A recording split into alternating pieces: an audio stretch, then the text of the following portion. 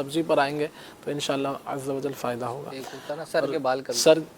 Sir के बाल के हवाले से इसमें एक तो ये है कि खारे पानी से बचा जाए। खारा पानी जो है इसमें बड़ा नुकसान करता है बालों को, खारा पानी। और दूसरी चीज़ ये है कि शैम्पू का इस्तेमाल करने से भी अतिब्बा मना करते हैं, इससे बचा जाए। अब ये है कि अगर बाल वगैरह गिर रहे हैं तो इसके लिए ये कर लिया जाए कि तिलों का ऑयल बालों के लिए बहुत अच्छा होता है। कस्टर्ड ऑयल और तिलों का ऑयल को मिक्स करके अगर लगाएं तो ये बालों के लिए बहुत अच्छा है। और घर में आप बनाना चाहें तो इसके लिए ये कर लें कि मेहंदी पाउडर जो होता है, मेहंदी पाउडर, ये 10 ग्राम के आसपास ले लें। इसी तरह से कमीला पाउडर आता है लाल से रंग का, ये भी आपने 10 ग्राम लेना है। और नीम का ऑयल, नीम का जो तेल होता है, ये भी आपने 10 ग्राम लेना है। और 100 ग्राम नारियल कोकोनट ऑयल के अंदर इन चीज़ों को शामिल कर लें।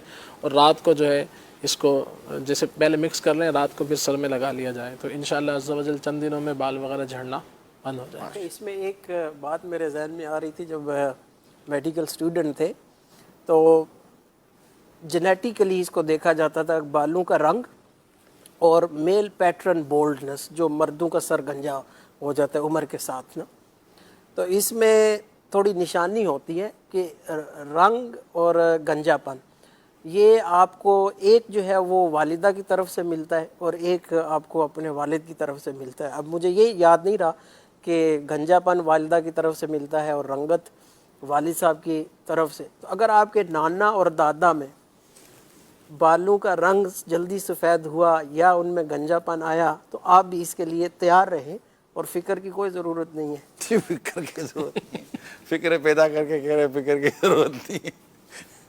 तो ये डॉक्टर साहब ये भी सही है, फिक्र की ज़रूरत नहीं, बाल उतरेंगे। कोई कहे बाल उतर गए, क्या कहे नाना के बाल ही नहीं दे, जवाब दे दिया आपने।